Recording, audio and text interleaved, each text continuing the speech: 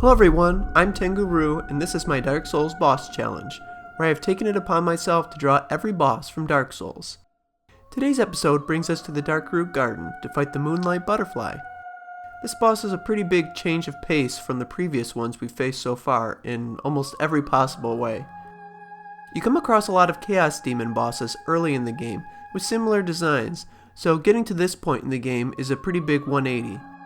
Even the regular enemies in this area are really different from what has been encountered so far. For the sake of the drawing, it was a really nice change of pace. When thinking back on this boss, I kept going back and forth on wishing you faced it later in the game and thinking it's perfect where it is. I think a lot of the problem is that it's easy to skip the Moonlight Butterfly and fight it later when you're much stronger and better equipped. This takes all the challenge out of the fight.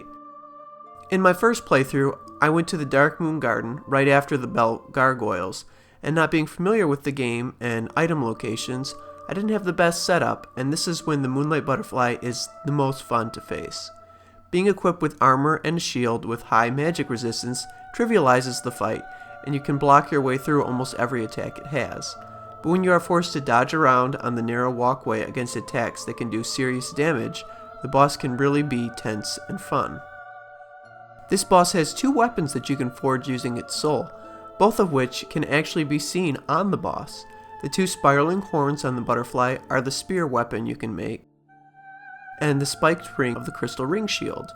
The shield has a unique R2 attack that throws an energy disc, which used to be extremely powerful. It was nerfed in a later patch, but in the beginning you could easily cheese through most bosses with a few shots from the shield. The first time I encountered the shield was actually during an invasion. Someone invaded my game while I was going through the depths. We were having a pretty good back and forth, then out of nowhere they switched to that shield and started shooting destructo discs at me. It completely caught me off guard, and it was just a really cool experience. You can find out by reading some item descriptions that the Moonlight Butterfly is one of Seath's creations.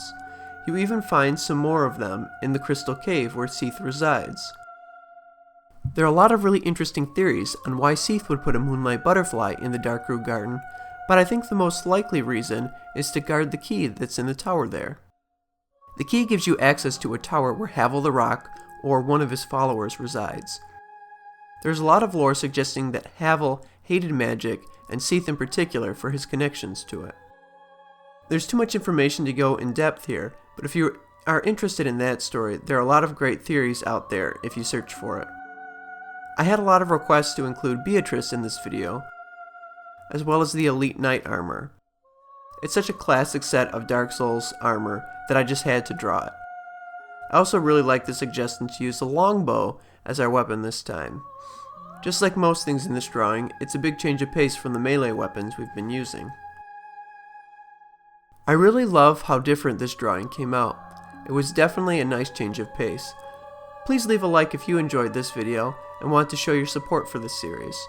If you're new here, subscribe to see more. Up next is the Capper Demon, so feel free to leave any suggestions you guys have for that drawing in the comments below.